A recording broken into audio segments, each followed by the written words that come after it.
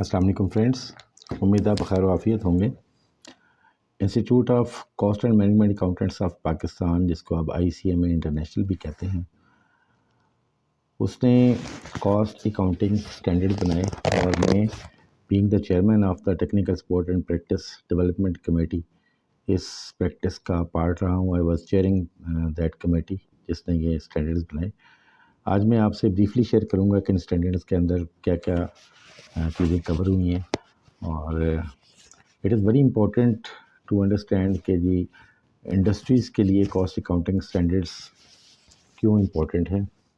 Because ये industries की cost को रिड्यूस करते हैं, उनकी एफिशिएंसी को इन्हांस करते हैं, और ये एक सेट रूल्स देते हैं कि कॉस्ट ट्रीटमेंट कैसे की जाए, कॉस्ट वेरिएंस कैसे निकाले जाएं, और कैसे लॉसेस को कंट्रोल किया जाए।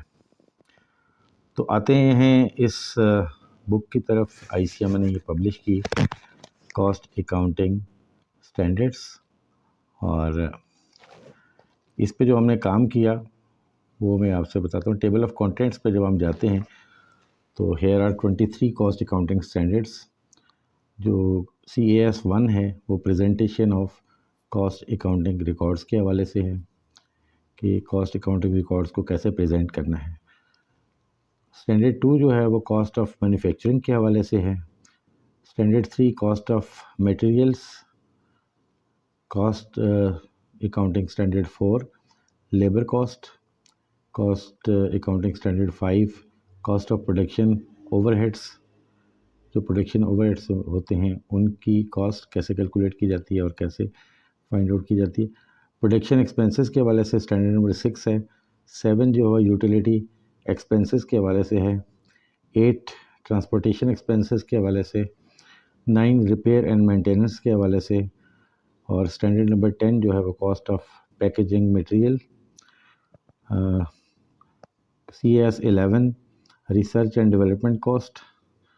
CAS 12 royalty and franchise cost या फ़ी। CAS 13 cost of quality control. CAS 14 depreciation and amortization expense.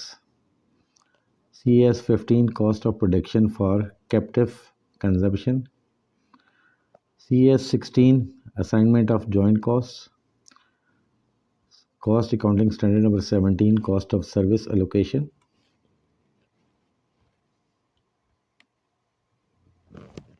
मैं वापस जाता हूँ। हमने बात की कॉस्ट अकाउंटिंग स्टैंडर्ड नंबर 17 की, और अब हम 18 के देखते हैं। 18 जो है वो एडमिनिस्ट्रेटिव एक्सपेंसेस के बारे में है। Standard number 19 selling and distribution expenses के हवाले से।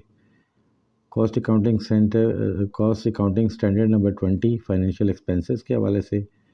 और 21 जो है वो कॉस्ट ऑफ एनवायरनमेंट सेफगार्डिंग। और CAS 22 कॉस्ट क्लासिफिकेशन के हवाले से है। और CAS 23 determination of various capacity levels. तो ये 23 कॉस्ट अकाउंटिंग स्टैंडर्ड्स हैं। उसके बाद आप जब हर स्टैंडर्ड के ऊपर आते हैं तो उसकी जो तरतीब है, फ़र्स्ट ऑफ ऑल तो उसका इंट्रोडक्शन होता है, उसका ऑब्जेक्टिव क्या होता है, उसका स्कोप क्या है, और स्कोप के बाद जो की डेफिनेशंस यूज़ हुई हैं इस स्टैंडर्ड के अंदर वो डिफ़ाइन होती हैं। और देन डेफिनेशंस के बाद फिर स्टैंडर्ड मेंशन होता है कि स्टैंडर्ड क्या है, types of overhead, supplies, repairs, plant machinery वगैरह। और उसके बाद फिर ये सारी डिटेल्स देने के बाद फिर टेम्पलेट्स हैं जिसमें आप किसी कंपनी की कॉस्ट ऑफ गुड्स सोल्ड की स्टेटमेंट कैसे बनाएंगे, उसमें क्या क्या इंग्रेडिएंट्स हैं, और then computation of unit cost कैसे होगी, और इस तरह के टेम्पलेट्स हैं। एनेक्स 3 में है डायरेक्ट मटेरियल कंज्यूम्ड रिपोर्ट। और इसी तरह का जो हर स्टैंडर्ड के अंदर टेम्पलेट्स गिवन हैं एंड पे, और पहले स्टैंडर्ड में की डिटेल जो है वो अवेलेबल है। ये यहाँ पे इनडायरेक्ट मटेरियल कंज्यूम्ड है,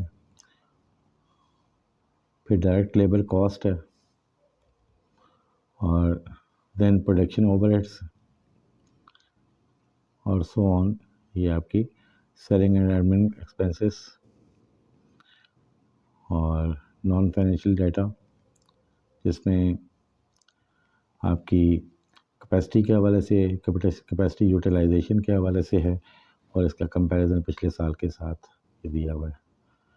اس کے بعد کاسٹ کلاسیفیکیشن رپورٹ ہے کہ material labour overheads cost of good sold number of units اور per unit cost of good sold کتنی ہے یہ کیلکولیٹ ہوتی ہے. اسی طرح آپ دوسرا اسٹینڈرڈ اگر دیکھتے ہیں تو اس میں بھی انٹروڈکشن آبجیکٹیو اسکوپ ڈیفینیشنس اور ڈیفینیشنس کے بعد ڈفرینٹ جو کاسٹ اس میں کور ہوتی ہیں ان کو کیسے ٹریٹ کرنا ہے اس کے حوالے سے ہے. اور اینڈ پہ اگر آپ دیکھیں گے تو اس کی اسی طرح ٹیمپلیٹس آ جائیں گے. تو یہ کاسٹ اکاؤنٹنگ اسٹینڈرڈس جو ہیں وہ ICMA انٹرنیشنل کی ویب سائٹ پہ موجود ہیں جس کو ICMA international.com پہ جا کے آپ دیکھ سکتے ہیں. اور انڈسٹری کے لیے یہ ضروری ہے کہ وہ ان کاسٹ اکاؤنٹنگ اسٹینڈرڈس کو دیکھے اور ان کو امپلیمنٹ کرے اپنی انڈسٹری کے اندر تاکہ over all cost efficiency achieve کی جا سکے. تو اسی طرح یہاں پہ بھی یہ ڈفرینٹ قسم کی ٹیمپلیٹس موجود ہیں. آئی ہوپ کہ یہ ویڈیو آپ کے لیے بینیفیشیل ہوگی. حاضر ہوتے ہیں ایک نئی ویڈیو کے ساتھ.